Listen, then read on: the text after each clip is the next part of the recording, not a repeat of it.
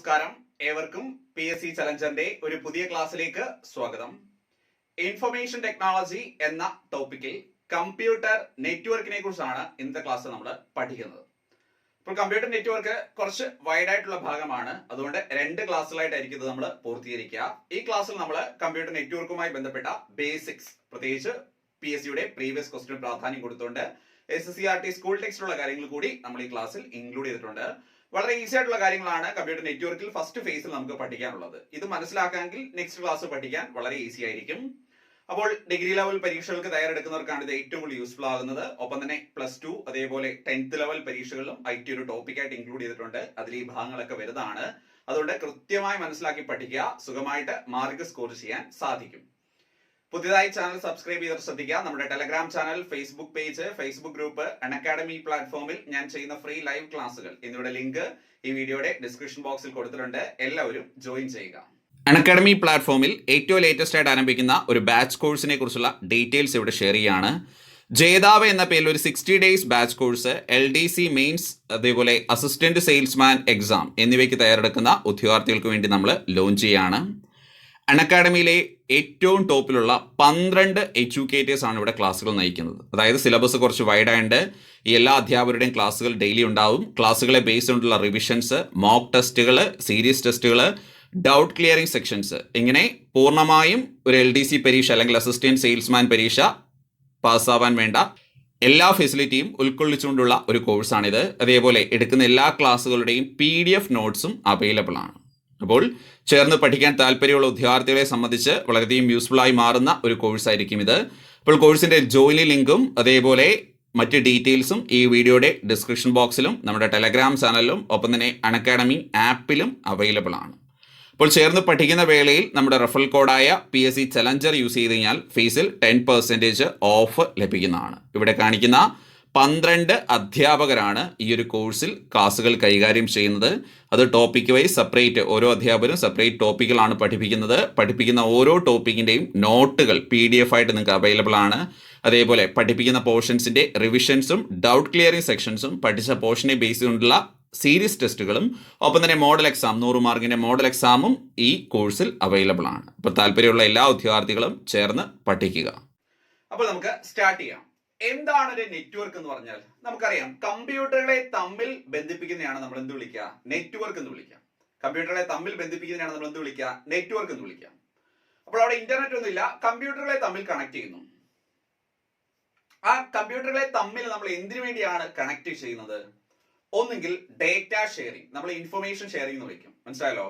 Number of computers connected together for sharing information. നമ്മൾ simple ആയിട്ട് പറയുന്ന ഒരു ഡെഫിനിഷൻ ആണ്. കുറെ കമ്പ്യൂട്ടറുകളെ ഇൻഫർമേഷൻ ഷെയർ ചെയ്യുന്നതിന് വേണ്ടി കണക്ട് ചെയ്യുന്നു. ഡേറ്റ അല്ലെങ്കിൽ ഇൻഫർമേഷൻ എന്ന് പറയാം. ദെൻ നെറ്റ്വർക്ക് ക്രിയേറ്റ് ചെയ്യുമ്പോൾ ഇങ്ങനെ ഡേറ്റ ട്രാൻസ്ഫർ മാത്രമല്ല സാധ്യമാകുന്നത്, റിസോഴ്സസ് ഷെയർ ചെയ്യാൻ സാധിക്കും. റിസോഴ്സസ്, അതായത് ഇപ്പോൾ ഒരു ഓഫീസിൽ 10 കമ്പ്യൂട്ടർ ഉണ്ടെന്ന് വെച്ചോ. ഈ 10 കമ്പ്യൂട്ടറും സെപ്പറേറ്റ് ഓരോ പ്രിന്ററിന്റെ ആവശ്യമില്ല. ഇത് തമ്മിൽ, ഈ കമ്പ്യൂട്ടറിൽ തമ്മിൽ ഒരു കണക്ഷൻ ഉണ്ടെങ്കിൽ അതിന്റെ ഒരൊറ്റ പ്രിന്റർ യൂസ് ചെയ്യാൻ പറ്റും. ഏത് കമ്പ്യൂട്ടറിൽ നിന്ന് പ്രിന്റ് കമാൻഡ് കൊടുത്താലും ആ ഒരൊറ്റ പ്രിന്ററിൽ അത് പ്രിന്റ് എടുക്കാൻ പറ്റും. ഇങ്ങനെയുള്ള കുറച്ച് ആവശ്യങ്ങളൊക്കെ ഉണ്ട്. അപ്പോൾ computers connected together for sharing information and for sharing resources. Resources share ചെയ്യാനോ ഇൻഫർമേഷൻ ഷെയർ ചെയ്യാനോ ഒക്കെയാണ് നമ്മൾ കമ്പ്യൂട്ടറുകളെ തമ്മിൽ കണക്ട് ചെയ്യുന്നത്. ഇങ്ങനെ നമ്മൾ ഒരു 10 കമ്പ്യൂട്ടറുകളെ, ഞാനിപ്പോൾ ഒരു ഉദാഹരണമാണ് പറയുന്നത്, ഒരു 10 കമ്പ്യൂട്ടറുകളെ തമ്മിൽ കണക്ട് ചെയ്യുമ്പോൾ ബാക്കി 9 കമ്പ്യൂട്ടറുകളെയും കൺട്രോൾ ചെയ്യുന്ന ഒരു പവർഫുൾ കമ്പ്യൂട്ടർ ഉണ്ടാകും. അതായിരിക്കും സെൻട്രൽ കമ്പ്യൂട്ടർ. അതിലായിരിക്കും ബാക്കി 9 കമ്പ്യൂട്ടറിലെ അഡ്രസ് ഒക്കെ ഉള്ളതും ആ ബാക്കി 9 കമ്പ്യൂട്ടറുകൾക്ക് എന്തൊക്കെ ചെയ്യാൻ കഴിയുന്നുള്ള പെർമിഷൻ കൊടുക്കുന്ന ആ ഒരു കമ്പ്യൂട്ടർ ആയിരിക്കും. ഇങ്ങനെ ഒരു നെറ്റ്വർക്കിലെ central and most powerful computer, നമ്മൾ എപ്പോഴും കേൾക്കുന്ന ഒരു വേർഡാണ്, പ്രീവിയസ് ക്വസ്റ്റൻ ആണ്, സെർവർ. ഇമ്പോർട്ടന്റ് ആണ്. Central and most powerful computer in a network. ഒരു നെറ്റ്വർക്കിലെ സെൻട്രൽ ആൻഡ് മോസ്റ്റ് പവർഫുൾ കമ്പ്യൂട്ടറിനെ എന്ത് വിളിക്കുന്നു? സെർവർ എന്ന് വിളിക്കുന്നു. Central and most powerful computer in a network. ഒരു നെറ്റ്വർക്കിലെ central and most powerful computer ഏത് പേരിൽ അറിയപ്പെടുന്നു? സെർവർ എന്ന പേരിൽ അറിയപ്പെടുന്നു. അപ്പൊ ബാക്കിയൊക്കെ യൂസേഴ്സിനുള്ള കമ്പ്യൂട്ടർ ആണ്. സെർവർ അങ്ങനെ യൂസർമാർ ആക്സസ് ചെയ്യാറില്ല, ബാക്കി യൂസേഴ്സ് കമ്പ്യൂട്ടർ ആണ്. ആ യൂസേഴ്സ് കമ്പ്യൂട്ടറിനെ നമ്മൾ എന്ത് വിളിക്കുന്നു? ക്ലയന്റ് അല്ലെങ്കിൽ നോഡ് അല്ലെങ്കിൽ വർക്ക് സ്റ്റേഷൻ. ശ്രദ്ധിച്ചോണം, ക്ലയന്റ് അല്ലെങ്കിൽ നോഡ്, ഇതിൽ ഏത് വേണമെങ്കിൽ ചോദിക്കാം. വർക്ക് സ്റ്റേഷൻ എന്ന് വിളിക്കാറുണ്ട്. അപ്പോൾ ശ്രദ്ധിച്ചോണം, central and most powerful computer in a network. ഒരു നെറ്റ്വർക്കിലെ central and most powerful computer ഏതാണ്? സെർവർ ആണ്. യൂസേഴ്സ് കമ്പ്യൂട്ടർ ഏതൊക്കെ പേരിൽ അറിയപ്പെടുന്നു? ക്ലയന്റ് അല്ലെങ്കിൽ നോഡ് അല്ലെങ്കിൽ വർക്ക് സ്റ്റേഷൻ. യൂസേഴ്സ് കമ്പ്യൂട്ടർ ഏതൊക്കെ പേരിൽ അറിയപ്പെടുന്നു? ക്ലയന്റ് അല്ലെങ്കിൽ നോഡ് അല്ലെങ്കിൽ work station. Client, node, work station കൃത്യമായിട്ട് പഠിക്കുക. അപ്പൊ അത്രേ ഉള്ളൂ. അപ്പൊ നമ്മളിങ്ങനെ നെറ്റ്വർക്ക് ക്രിയേറ്റ് ചെയ്യുമ്പോൾ ശ്രദ്ധിച്ചോണം, ഇവിടെ ഇന്റർനെറ്റ് വരുന്നില്ലേ? നെറ്റ്വർക്ക് ക്രിയേറ്റ് ചെയ്യുമ്പോൾ ഓരോ നെറ്റ്വർക്കുകളും എത്രത്തോളം ജിയോഗ്രഫിക്കൽ ഏരിയ കവർ ചെയ്യുന്നു എന്നതിനെ ഡിപ്പെൻഡ് ചെയ്ത് നമ്മൾ സ്കൂളിലൊക്കെ പഠിക്കുന്നതാണ് ടൈപ്സ് ഓഫ് നെറ്റ്വർക്ക് എന്ന് പറഞ്ഞു. ടൈപ്സ് ഓഫ് നെറ്റ്വർക്ക് എല്ലാവർക്കും അറിയാം. പാൻ, ലാൻ, മാൻ, വാൻ എന്നൊക്കെ പറഞ്ഞു. ചെറിയ ക്ലാസ്സിലൊക്കെ പഠിക്കും ഇതിന്റെ ഫുൾ ഫോം ഒക്കെ ചോദിക്കുമായിരുന്നു. ഇപ്പൊ അങ്ങനെ ചോദിക്കാറില്ല, എല്ലാവർക്കും അറിയാവുന്നുണ്ട്. അപ്പോൾ ഒന്നാമത്തത് pan. Pan stands for personal area network. ഈ അടുത്തിടയിലും പരീക്ഷയ്ക്ക് ചോദിച്ചിരുന്നു ഏറ്റവും ചെറിയ ജിയോഗ്രഫിക്കൽ ഏരിയ ഉള്ള നെറ്റ്വർക്ക് സംവിധാനം ഏതാണ്? പാൻ ആണ്, പേഴ്സണൽ ഏരിയ നെറ്റ്വർക്ക്. സിമ്പിൾ ആയിട്ട് പറഞ്ഞാൽ network based on a person. പഠിക്കുക, ഒരു വ്യക്തിയെ കേന്ദ്രീകരിച്ചുള്ള നെറ്റ്വർക്ക് സംവിധാനം. കാണാതെ പഠിക്കരുത്, മനസ്സിൽ വെച്ചോണം. പാൻ എന്ന് പറഞ്ഞാൽ എന്താണ്? Network based on a person. അതായത് ആശയം മനസ്സിൽ വെച്ചേക്കുക, നമ്മൾ നമ്മുടെ ലാപ്ടോപ്പും മൊബൈലൊക്കെ വെച്ചിട്ട് ബ്ലൂടൂത്ത് വഴി അങ്ങോട്ടും ഇങ്ങോട്ട് ഡേറ്റ ട്രാൻസ്ഫർ ചെയ്യുമല്ലോ. അപ്പൊ ഒരു ലിമിറ്റ് ഉണ്ട്, ചെറിയ ഡിസ്റ്റൻസിലേ പറ്റത്തുള്ളൂ. അപ്പൊ തന്നെ അത് ഷോർട്ട് ടൈമിലേക്ക് ടെമ്പററി ആയിട്ടാണ് നമ്മൾ ക്രിയേറ്റ് ചെയ്യുന്നത്. അപ്പൊ പ്രധാനമായിട്ട് ബ്ലൂടൂത്ത് അല്ലെങ്കിൽ ഇൻഫ്രാറെഡ് വഴിയാണ് എന്ത് ഡേറ്റ ട്രാൻസ്ഫർ സാധ്യമാക്കുന്നത്.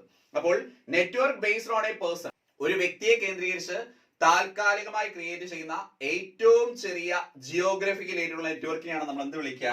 പാൻ എന്ന് വിളിക്കുക, പേഴ്സണൽ ഏരിയ നെറ്റ്വർക്ക്. അപ്പോൾ പ്രധാനമായിട്ട് ഇവിടെ എങ്ങനെയാണ് ഡേറ്റ ട്രാൻസ്ഫർ നടക്കുന്നത്? ബ്ലൂടൂത്ത് വഴിയാണ്. ബ്ലൂടൂത്ത് വഴിയാണ്, ഇൻഫ്രാറെഡും ഉണ്ട്, പ്രധാനമായിട്ടും ബ്ലൂടൂത്ത് വഴിയാണ് ഡേറ്റ ട്രാൻസ്ഫർ നടക്കുന്നത്. ക്ലിയർ ആണല്ലോ? രണ്ടാമത്തത് ലാൻ. ഇതൊക്കെയാണ് നമ്മൾ സ്കൂൾ ക്ലാസ്സിൽ പഠിക്കുന്നത്. Network within an office or building or a building to a small extent. ഒരു ഓഫീസിലോ ഒരു റൂമിലോ ഒരു സ്കൂളിലോ ഒരു ബിൽഡിങ്ങിലോ അല്ലെങ്കിൽ ഒരു ബിൽഡിംഗിൽ നിന്ന് ഒരു ചെറിയ ഡിസ്റ്റൻസിലുള്ള നെറ്റ്വർക്കിനെയാണ് നമ്മൾ എന്ത് വിളിക്കുക? ലാൻ എന്ന് വിളിക്കുക. നമ്മൾ എപ്പോഴും കേൾക്കുന്ന ഒരു ഡെഫിനിഷൻ ആണത്.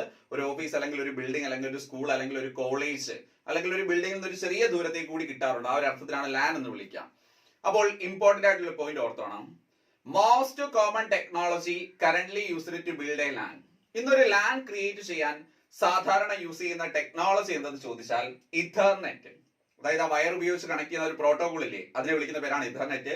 അതല്ലെങ്കിൽ വൈഫൈ യൂസ് ചെയ്യാറുണ്ട്.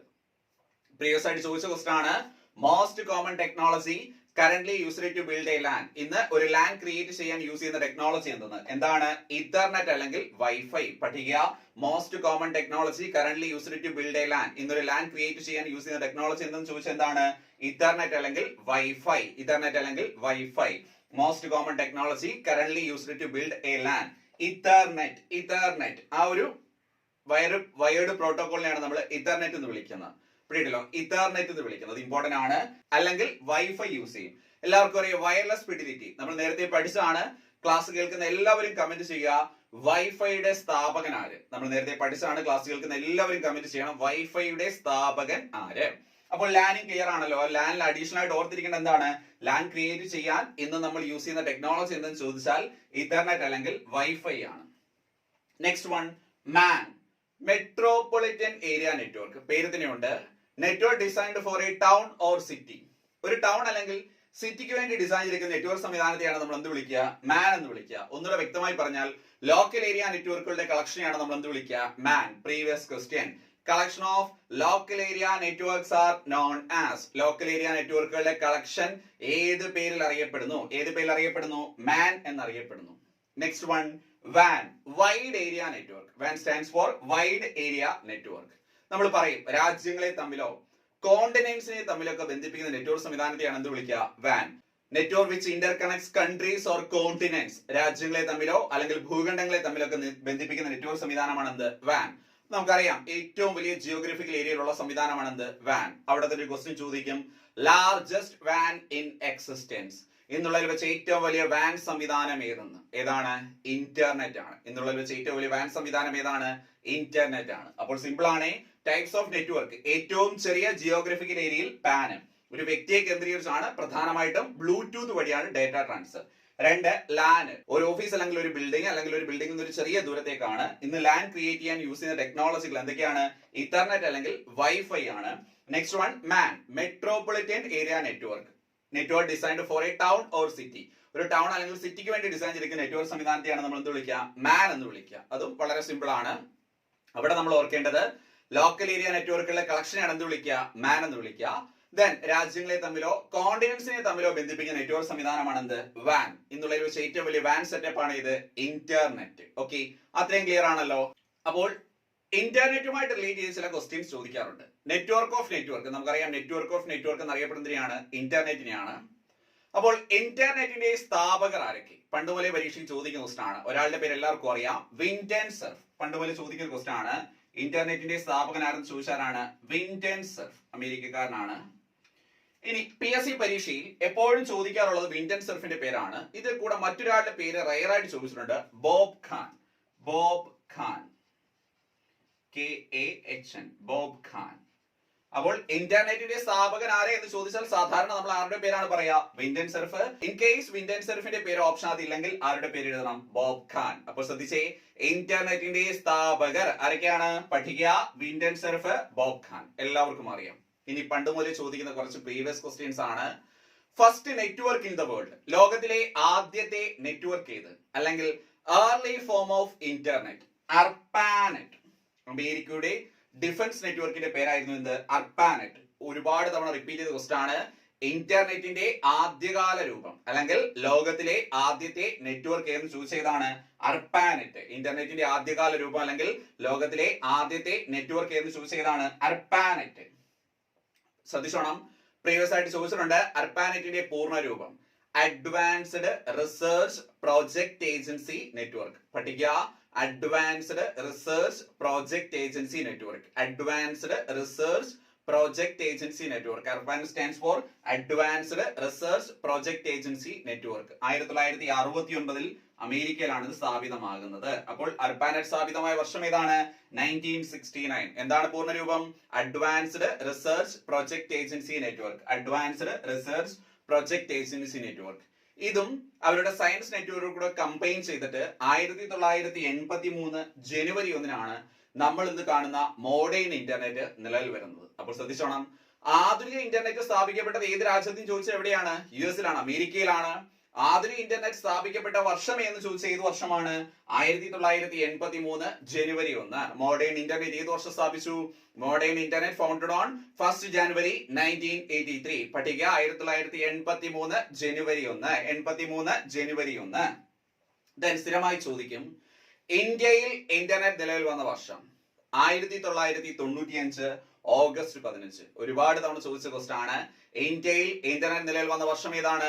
1995 ഓഗസ്റ്റ് 15 ഇന്ത്യയിൽ ഇന്റർനെറ്റ് നിലവിൽ വരുന്നത്. അവിടെ തന്നെ GK ചോദിച്ചിട്ടുണ്ട്, ഇന്ത്യയിൽ ആദ്യമായി ഇന്റർനെറ്റ് സ്ഥാപിച്ച നഗരം ഏതെന്ന്?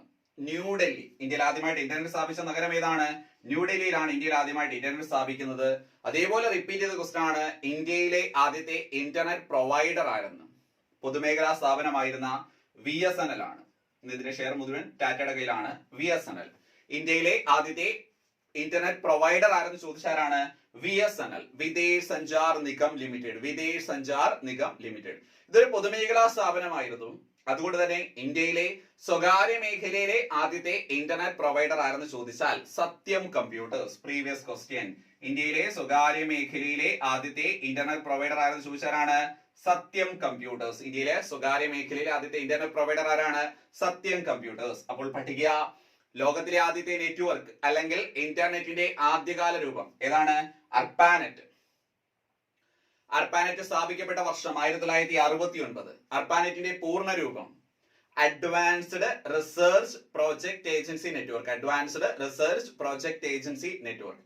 ദെൻ ഇന്റർനെറ്റിന്റെ സ്ഥാപകർ Vinton Cerf, Bob Kahn. Vinton Cerf, Bob Kahn. അതേപോലെ ഓർക്കണം, ആധുനിക ഇന്റർനെറ്റ് സ്ഥാപിക്കപ്പെട്ട വർഷം 1983 ജനുവരി 1. 1983 ജനുവരി 1. അതേപോലെ ഇന്ത്യയിൽ ഇന്റർനെറ്റ് നിലവിൽ വന്ന വർഷം 1995 ഓഗസ്റ്റ് 15. 95 ഓഗസ്റ്റ് 15. ഇന്ത്യയിൽ ഇന്റർനെറ്റ് നിലവിൽ വന്ന നഗരം എവിടെയാണ്? ന്യൂഡൽഹി. ഇന്ത്യയിൽ ആദ്യമായി ഇന്റർനെറ്റ് സ്ഥാപിച്ച നഗരം ഏതാണ്? ന്യൂഡൽഹി. അതേപോലെ ഇന്ത്യയിലെ ആദ്യത്തെ ഇന്റർനെറ്റ് പ്രൊവൈഡർ ആരാണ്? VSNL. ഇന്ത്യയിലെ ആദ്യത്തെ ഇന്റർനെറ്റ് പ്രൊവൈഡർ ആരാണ്? VSNL, Videsh Sanchar Nigam limited. ഇന്ത്യയിലെ സ്വകാര്യ മേഖലയിലെ ആദ്യത്തെ ഇന്റർനെറ്റ് പ്രൊവൈഡർ ആരെന്ന് ചോദിച്ചാലാണ്? സത്യം കമ്പ്യൂട്ടേഴ്സ്. അപ്പൊ അതും ക്ലിയർ ആണല്ലോ. ഇനി ഇന്റർനെറ്റുമായിട്ട് ബന്ധപ്പെട്ട് നമ്മൾ എപ്പോഴും കേൾക്കുന്ന ഒരു വേർഡാണ് IP അഡ്രസ്. കാണാറുണ്ടല്ലോ, എന്താണ് 182.00.01.1 എന്നൊക്കെ പറഞ്ഞ് നമ്മുടെ IP അഡ്രസ് ഒക്കെ നമ്മൾ കാണാറുണ്ട്. എന്താണ് ഒരു IP അഡ്രസ് എന്ന് പറഞ്ഞാൽ? ഇത് മനസ്സിലാക്കി വെച്ചാണ് ഈ നെക്സ്റ്റ് ക്ലാസ് നമുക്ക് ആവശ്യമായിട്ട് വരും. ഇപ്പൊ നമ്മുടെ മൊബൈൽ നമ്പർ എന്ന് പറഞ്ഞാൽ എന്താണ്? മൊബൈൽ നെറ്റ്വർക്കിൽ നമ്മളെ ഐഡന്റിഫൈ ചെയ്യാനുള്ള ഒരു യുണീക് നമ്പർ ആണ്. ആ നമ്പർ വേറെ ആർക്കും ഇല്ല. അതേപോലെ ഇന്റർനെറ്റ് കണക്ഷൻ എടുക്കുമ്പോൾ ഒരു യൂസറിന് അസൈൻ ചെയ്യുന്ന യുണീക് അഡ്രസ് ആണെന്ത്? IP address. നമ്മുടെ സിം ഒക്കെ എടുക്കുന്ന റൂട്ട് ആധാർ കൊടുത്തിട്ടാണ് നമ്മൾ ബ്രോഡ്ബാൻഡ് കണക്ഷൻ ഒക്കെ എടുക്കുന്നത്. പേടിയല്ലോ, ആ ഒരു അർത്ഥത്തിൽ ഓർക്കുക. അപ്പോൾ the unique address assigned to a internet user, ഒരു ഇന്റർനെറ്റ് യൂസറിന് അസൈൻ ചെയ്തിരിക്കുന്ന യുണീക് അഡ്രസ്സിനെയാണ് നമ്മൾ എന്ത് വിളിക്കുക? IP address. The unique address assigned to a internet user, ഒരു ഇന്റർനെറ്റ് യൂസറിന് അസൈൻ ചെയ്തിരിക്കുന്ന യുണീക് അഡ്രസ് ആണ് എന്ത്? IP address. ഇമ്പോർട്ടന്റ് ആണ്. The unique address assigned to a internet user, ഒരു ഇന്റർനെറ്റ് യൂസറിന് അസൈൻ ചെയ്തിരിക്കുന്ന യുണീക് അഡ്രസ്സിനെയാണ് എന്ത് വിളിക്കുന്നത്? IP അഡ്രസ് വിളിക്കുക. നമ്മളിത് യൂസ് ചെയ്യുന്നത് IP അഡ്രസ് 4 എന്ന് പറയുന്ന ഒരു വേർഷൻ ആണ്. പരീക്ഷയ്ക്ക് ചോദിച്ചിട്ടുണ്ട് IPv4 സൈസ് എത്രയാണ്?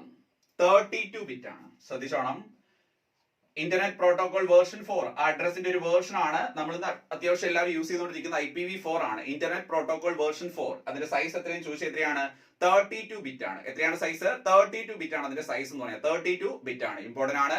ഒരു IP അഡ്രസ് നമ്മൾ ഇന്ന് യൂസ് ചെയ്യുന്ന IP അഡ്രസ് സൈസ് ഏതാണ്? IPv4 ആണ്. അതിന്റെ സൈസ് ചോദിച്ചാൽ എത്രയാണ്? 32 ബിറ്റ് ആണ്.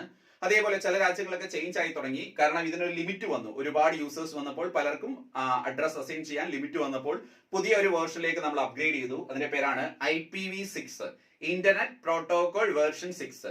അപ്കമിംഗ് ആണ്. ചില രാജ്യങ്ങൾക്ക് ഇംപ്ലിമെന്റ് ചെയ്ത് തുടങ്ങി. അതിന്റെ സൈസ് ചോദിച്ചാൽ 128 ബിറ്റ്. ഇത് ഇമ്പോർട്ടന്റ് ആണ്. അപ്പോൾ ഒരു internet protocol version IPv4 size എത്രയും ചോദിച്ചാൽ എത്രയാണ്? 32 ബിറ്റും. അതേപോലെ IPv6 സൈസ് എത്രയാണ്? 128 ബിറ്റുമാണ്. 128 ബിറ്റുമാണ്. അത് ശ്രദ്ധിച്ചോണം, ഇമ്പോർട്ടന്റ് ആണ്. അപ്പോൾ IPv4 സൈസ് എത്രയാണ്? 32 ബിറ്റും. അതേപോലെ IPv6 സൈസ് എത്രയാണ്? 128 ബിറ്റുമാണ്. ഇത് ശ്രദ്ധിച്ചോണം. അപ്പൊ IP അഡ്രസ് ഒക്കെ എല്ലാവർക്കും അറിയാലോ. നമ്മൾ കാണുന്നതാണ് എപ്പോഴും 182.0.01.01. എന്ന് പറഞ്ഞ് 3 ഡോട്ടും 4 ബിറ്റ് സ്ട്രീമും ഒക്കെ അടങ്ങിയ ഒരു അഡ്രസ് ആണ്. നെക്സ്റ്റ് ക്ലാസ്സിൽ നമുക്കത് വളരെ കുറച്ച് ഡീറ്റെയിൽ ആയിട്ട് പഠിക്കാനുണ്ട്, നെറ്റ്വർക്ക് ഡിവൈസിലൊക്കെ പഠിക്കുമ്പോൾ. ഓക്കെ, ഇത് ഇത്രയും മനസ്സിലാക്കിയിരിക്കുക. അതോടെ കഴിഞ്ഞു. ഇനി നമ്മളിങ്ങനെ നെറ്റ്വർക്ക് അല്ലെങ്കിൽ ഡിവൈസുകൾ തമ്മിൽ കമ്മ്യൂണിക്കേറ്റ് ചെയ്യുമ്പോൾ അവ തമ്മിൽ എങ്ങനെ കമ്മ്യൂണിക്കേറ്റ് ചെയ്യുന്നു എന്നതിനെ ഡിപ്പെൻഡ് ചെയ്ത് നമ്മൾ അവയെ മോഡ്സ് ഓഫ് കമ്മ്യൂണിക്കേഷൻ എന്ന് വിളിക്കാറുണ്ട്. മോഡ്സ് ഓഫ് കമ്മ്യൂണിക്കേഷൻ 3 മോഡാണ്: simplex, half duplex, full duplex. ശ്രദ്ധിച്ചോണം, ഇമ്പോർട്ടന്റ് ആണ്. ഡിവൈസുകൾ തമ്മിൽ എങ്ങനെ കമ്മ്യൂണിക്കേറ്റ് ചെയ്യുന്നു എന്നതിനെ ഡിപ്പെൻഡ് ചെയ്ത് 3 mode communication: simplex, half duplex, full duplex. വളരെ സിമ്പിൾ ആണ്. സിംപ്ലക്സ് എന്ന് പറഞ്ഞു കഴിഞ്ഞാൽ, ഏറ്റവും സിമ്പിൾ ആയിട്ട് പറഞ്ഞാൽ, ഒരു ട്രാൻസ്മിറ്റർ കാണും, ഒരു റിസീവർ കാണും. ഓൾവേസ് ഡേറ്റ ട്രാൻസ്ഫർ ട്രാൻസ്മിറ്ററിൽ നിന്നും റിസീവറിലേക്കായിരിക്കും. പിടിയിട്ടല്ലോ, ഓൾവേസ് ഡേറ്റ ട്രാൻസ്ഫർ എങ്ങനെയായിരിക്കും? ട്രാൻസ്മിറ്റർ ടു റിസീവർ ആയിരിക്കും. അപ്പോൾ യൂണി ഡയറക്ഷണൽ കമ്മ്യൂണിക്കേഷൻ മോഡ് ഏതെന്ന് ചോദിച്ചാൽ ഏതാണ് ശരി ഉത്തരം? Simplex mode. Unidirectional communication mode എന്ന് ചോദിച്ചാൽ ഏതാണ് ശരി ഉത്തരം? Simplex mode. Unidirectional communication mode എന്ന് ചോദിച്ചാൽ ഏതാണ് ശരി ഉത്തരം? Simplex mode. എന്താണ് പ്രത്യേകത? Data transfer always takes place from transmitter to receiver. Previous question: communication between TV and a remote is an example for dash type of communication. നമ്മുടെ റിമോട്ടും ടിവിയും തമ്മിലുള്ള communication always signal റിമോട്ടിൽ നിന്ന് ടിവിയിലേക്കാണ് പോകുന്നത്. അപ്പൊ എന്ത് ടൈപ്പ് കമ്മ്യൂണിക്കേഷൻ എക്സാമ്പിൾ ആണ്? Simplex മോഡിന് example ആണ്. പിടിയിട്ടല്ലോ, previous question ആണ്. അപ്പോൾ യൂണി ഡയറക്ഷണൽ കമ്മ്യൂണിക്കേഷൻ മോഡ് ഏതെന്ന് ചോദിച്ചാൽ, യൂണി ഡയറക്ഷണൽ കമ്മ്യൂണിക്കേഷൻ മോഡ് ഏതെന്ന് ചോദിച്ചാൽ ഏതാണ്? സിംപ്ലക്സ് മോഡ് ആണ്. ഓൾവേസ് ഡേറ്റ ട്രാൻസ്ഫർ എങ്ങനെയാണ്? ട്രാൻസ്മിറ്റർ ടു റിസീവർ ആണ്. ഓൾവേസ് ഡേറ്റ ട്രാൻസ്ഫർ എങ്ങനെയാണ്? ട്രാൻസ്മിറ്റർ ടു റിസീവർ ആണ്. Next half duplex. പ്രത്യേകത, ഇവിടെ ട്രാൻസ്മിറ്ററും ഉണ്ട്, റിസീവറും ഉണ്ട്. ട്രാൻസ്മിറ്ററിൽ നിന്ന് റിസീവറിലേക്കും റിസീവറിൽ നിന്ന് ട്രാൻസ്മിറ്ററിലേക്കും ഡേറ്റ ട്രാൻസ്ഫർ നടക്കും. ദാറ്റ് ഈസ് ബൈ ഡയറക്ഷനിലാണ്, പക്ഷേ അറ്റ് എ ടൈം ഒരു ഡയറക്ഷനിൽ നടക്കത്തുള്ളൂ. അതായത് ട്രാൻസ്മിറ്ററിൽ നിന്ന് റിസീവറിലേക്ക് ഒരു ചാനലിൽ കൂടെ ഡേറ്റ ട്രാൻസ്ഫർ നടക്കും. അത് കട്ടായതിനു ശേഷം റിസീവറിൽ നിന്ന് ട്രാൻസ്മിറ്ററിലേക്ക് മറ്റൊരു ചാനലിൽ കൂടെ ഡേറ്റ ട്രാൻസ്ഫർ നടക്കും. അപ്പോൾ ഇമ്പോർട്ടന്റ് ആണ്. Bidirectional communication mode in which data transfer takes place in one direction at a time. അതായത് ബൈഡയറക്ഷനിലാണ്, പക്ഷേ data transfer at a time ഒരു ഡയറക്ഷനിലേക്ക് നടക്കത്തുള്ളൂ. അതാണ് എന്ത്? Half duplex. Previous question: walkie talkie is an example for dash type of communication. നമ്മള് പോലീസുകാരെ കൊണ്ടുനടക്കുന്ന കണ്ടില്ലയോ? വാക്കി ടോക്കി. അതിൽ സംസാരിക്കുന്ന കണ്ടിട്ടില്ലയോ? ഒരു സൈഡിലേക്കുള്ള മെസ്സേജ് പാസ് ചെയ്തതിനു ശേഷം അത് കണ്ടിട്ടില്ല, കിങ് കോബ്ര എന്നൊക്കെ പറഞ്ഞിട്ട് ഒരു സൈഡിലേക്കുള്ള മെസ്സേജ് പാസ് ചെയ്തതിനു ശേഷം അടുത്ത ചാനലിൽ കൂടാണ് തിരിച്ച് കമ്മ്യൂണിക്കേറ്റ് ചെയ്യുന്നത്. അപ്പോൾ ബൈ ഡയറക്ഷനിലാണ്, പക്ഷേ data transfer at a time ഒരു ഡയറക്ഷനിലേക്ക് നടക്കത്തുള്ളൂ. അത് കട്ടായതിനു ശേഷമേ സെക്കൻഡ് ഡയറക്ഷനിലേക്ക് ഡേറ്റ ട്രാൻസ്ഫർ നടക്കത്തുള്ളൂ. അതാണ് എന്ത്? ഹാഫ് ഡ്യൂപ്ലെക്സ് എന്ന് പറയുന്നത്. Half duplex. ഇനി മൂന്നാമത്തത് full duplex communication mode. Full duplex. പ്രത്യേകത, ബൈ ഡയറക്ഷനിലാണ്, സൈമൾട്ടേനിയസ് ആണ്. അതായത് ട്രാൻസ്മിറ്ററിൽ നിന്ന് റിസീവറിലേക്കും റിസീവറിൽ നിന്ന് ട്രാൻസ്മിറ്ററിലേക്കും data transfer at a time നടക്കും. That is bidirectional communication mode in which data transfer takes place in both directions at a time. Bidirectional communication mode in which data transfer takes place in both directions at a time. അതാണ് എന്ത് full duplex എന്ന് പറയുന്നത്. ഉദാഹരണം telephone, mobile phone communication, ഇതൊക്കെ എന്താണ് full ഡ്യൂപ്ലെക്സിന് example ആണ്. മനസ്സിലാക്കിയിരിക്കണം. Modes of communication നേരത്തെ പ്രീവിയസ് ക്വസ്റ്റൻ ആയിട്ട് വന്നിട്ടുണ്ട്. അപ്പോൾ മോഡ്സ് ഓഫ് കമ്മ്യൂണിക്കേഷൻ എന്താണ് പിടിയിട്ടല്ലോ, പ്രധാനമായിട്ട് എങ്ങനെ കമ്മ്യൂണിക്കേറ്റ് ചെയ്യുന്നതിന് ഡിപ്പെൻഡ് ചെയ്താണ്. അപ്പൊ സിംപ്ലക്സ് എന്ന് പറഞ്ഞാൽ എന്താണ്, യൂണി ഡയറക്ഷനിലാണ്. ഓൾവേസ് ഡേറ്റ ട്രാൻസ്ഫർ ട്രാൻസ്മിറ്ററിൽ നിന്നും റിസീവറിലേക്കാണ്. അതിന് എക്സാമ്പിൾ ആണ് റിമോട്ടും ടിവിയും തമ്മിലുള്ള കമ്മ്യൂണിക്കേഷൻ. ഇതൊക്കെ പ്രീവിയസ് ആയിട്ട് ചോദിച്ചാൽ മാത്രമാണ് ഞാൻ പറയുന്നത്. അതേപോലെ ഹാഫ് ഡ്യൂപ്ലെക്സിന്റെ പ്രത്യേകത ബൈ ഡയറക്ഷനിലാണ്, പക്ഷേ അറ്റ് എ ടൈം ഒരു ഡയറക്ഷനിലേക്ക് നടക്കത്തുള്ളൂ. വാക്കി ടോക്കി ഒരു എക്സാമ്പിൾ ആണ്. ഫുൾ ഡ്യൂപ്ലെക്സിന്റെ പ്രത്യേകത ബൈ ഡയറക്ഷനിലാണ്, സൈമൾട്ടേനിയസ് ആണ്. മൊബൈൽ ഫോണ്, ടെലിഫോൺ കമ്മ്യൂണിക്കേഷൻ ഇതെല്ലാം ആ കാറ്റഗറിയിൽ വരുന്നതാണ്. അതും ക്ലിയർ ആണല്ലോ. Next network topology. ഇത് നമ്മൾ സ്കൂളിൽ പഠിക്കുന്നതാണ്. നെറ്റ്വർക്കിൽ എങ്ങനെ കമ്പ്യൂട്ടറുകളെ അറേഞ്ച് ചെയ്യുന്നതിനെ ഡിപ്പെൻഡ് ചെയ്ത് network topology. Physical or logical arrangement of network, അതിനെയാണ് നമ്മൾ നെറ്റ്വർക്ക് ടോപ്പോളജി എന്ന് വിളിക്കുന്നത്. ഒന്നെങ്കിൽ ഫിസിക്കൽ അല്ലെങ്കിൽ ലോജിക്കൽ അറേഞ്ച്മെന്റ് ആണെന്ന് വിളിക്കുക നെറ്റ്വർക്ക് ടോപ്പോളജി. ഇപ്പൊ സ്കൂളിൽ പഠിക്കുന്നതാണ്. സ്കൂളിൽ ഓരോന്നിനും ഓരോ ഫിഗർ ഒക്കെ പഠിക്കും. ആ ഫിഗർ തന്നെയാണ് ഇവിടെ പരീക്ഷ ക്വസ്റ്റൻ ആയിട്ട് ചോദിക്കുന്നത്. അതുകൊണ്ട് വെറുതെ പഠിച്ചാൽ നമുക്ക് സുഖമായിട്ട് മാർക്ക് സ്കോർ ചെയ്യാൻ പറ്റുന്ന ഒരു ടോപ്പിക്കാണ് നെറ്റ്വർക്ക് ടോപ്പോളജി എന്നുള്ളത്. നമുക്കറിയാം, നമ്മൾ നേരത്തെ തന്നെ കേട്ടിട്ടുള്ള വേർഡാണ്. കമ്പ്യൂട്ടർ ഇൻസൈഡ് സിഗ്നൽ ക്യാരി ചെയ്യുന്ന വയർ അല്ലെങ്കിൽ പാത്തുകളെയാണ് നമ്മൾ എന്ത് വിളിക്കുക, ബസ് എന്ന് വിളിക്കുക. സിഗ്നൽ ക്യാരി ചെയ്യുന്ന വയർ അല്ലെങ്കിൽ പാത്തുകളെ നമ്മൾ ബസ് എന്ന് വിളിക്കാറുണ്ട്. അപ്പോൾ പരീക്ഷയ്ക്ക് ചോദിക്കും ഏറ്റവും സിമ്പിൾ ആയിട്ടുള്ള നെറ്റ്വർക്ക് ടോപ്പോളജി ഏതാണ്? ബസ് ടോപ്പോളജി ആണ്. ഏറ്റവും സിമ്പിൾ ആയിട്ടുള്ള നെറ്റ്വർക്ക് ടോപ്പോളജി എന്ന് ചോദിച്ചാൽ ബസ് ടോപ്പോളജി ആണ്. അതായത് ഒരു കോമൺ കമ്മ്യൂണിക്കേഷൻ ചാനൽ കാണും ബസ് എന്ന് പറഞ്ഞ്. ഇതിന് ലീനിയർ ആയിട്ട് കുറെ നോഡുകളെ അടുക്കി വെച്ചിരിക്കും. ഇതാണ് എന്ത് bus topology. Topology in which number of nodes are connected to a common communication channel called bus. ഇതാണ് ഇതിന്റെ definition. Topology in which number of nodes are connected to a common communication channel called bus. പിടികിട്ടിയല്ലോ.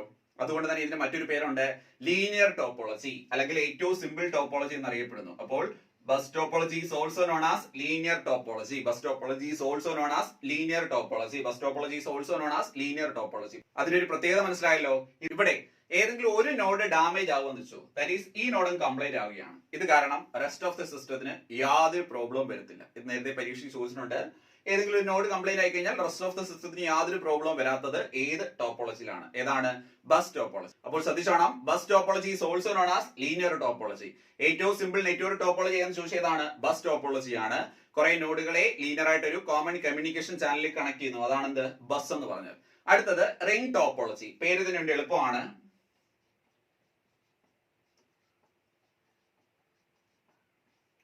ഓരോ നോഡുകളും next വണ്ണുമായിട്ട് connect ചെയ്ത് ഒരു ring circular shape create ചെയ്യുന്നു. That is, ring topology is also known as circular topology, in which each node is connected to the next one in such a way that they make a closed loop. ഓരോ node next വണ്ണുമായിട്ട് connect ചെയ്ത് ഒരു closed loop പോലെ ആകുന്നു. ഇവിടുത്തെ പ്രത്യേകത, ഈ നോഡും കംപ്ലൈന്റ് ആണെന്ന് വെച്ചോ, എന്ത് പറ്റും? എൻറ്റയർ നെറ്റ്വർക്കും ബ്രേക്ക് ആവും. അപ്പോൾ പരീക്ഷയ്ക്ക് ചോദിക്കും ഏതെങ്കിലും ഒരു നോഡ് കംപ്ലൈന്റ് ആയി കഴിഞ്ഞാൽ എൻറ്റയർ നെറ്റ്വർക്കും ബ്രേക്ക് ആവുന്ന ഏതാണ്? റിംഗ് ടോപ്പോളജി ആണ്. പ്രീവിയസ് ക്വസ്റ്റൻ ആണ്, വളരെ സിമ്പിൾ ക്വസ്റ്റൻ ആണ്. Okay, next star topology. ശ്രദ്ധിച്ചോണം, ഷേപ്പ് വെച്ചിട്ടാണ് പറയാ. In star topology number of nodes are connected to a, ഈ ഫിഗർ ഒക്കെ ഓർമ്മയുണ്ടാവും, സ്കൂളിൽ പഠിക്കുന്നതാണ്. In star topology, number of nodes are connected to a central device. പെട്ടെന്ന് എല്ലാവരും സെർവർ ആണെന്ന് വിളിക്കും.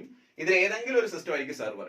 ഈ കമ്പ്യൂട്ടറുകളെ തമ്മിൽ കണക്ട് ചെയ്യാൻ ഒരിക്കലും കമ്പ്യൂട്ടറിന് കഴിയത്തില്ല, ഒരു ഡിവൈസിനെ കഴിയത്തുള്ളൂ.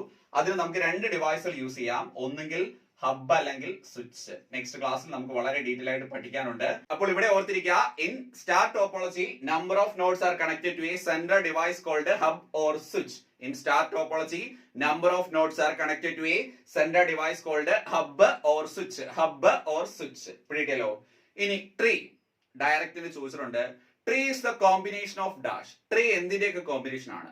ബസിന്റെയും സ്റ്റാറിന്റെയും കോമ്പിനേഷൻ ആണ്. ഡയറക്റ്റ് ക്വസ്റ്റൻ ആണ്. ബസിന്റെയും സ്റ്റാറിന്റെയും കോമ്പിനേഷൻ ആണ്. അതായത് ബസ്സായി, ഇനി ഓരോ ചെറിയ സ്റ്റാർ നെറ്റ്വർക്കുകൾ ഇതിൽ കണക്ട് ചെയ്യും. പിടികിട്ടിയല്ലോ, ഓരോ ചെറിയ സ്റ്റാർ നെറ്റ്വർക്കുകൾ ഇതിൽ കണക്ട് ചെയ്യും.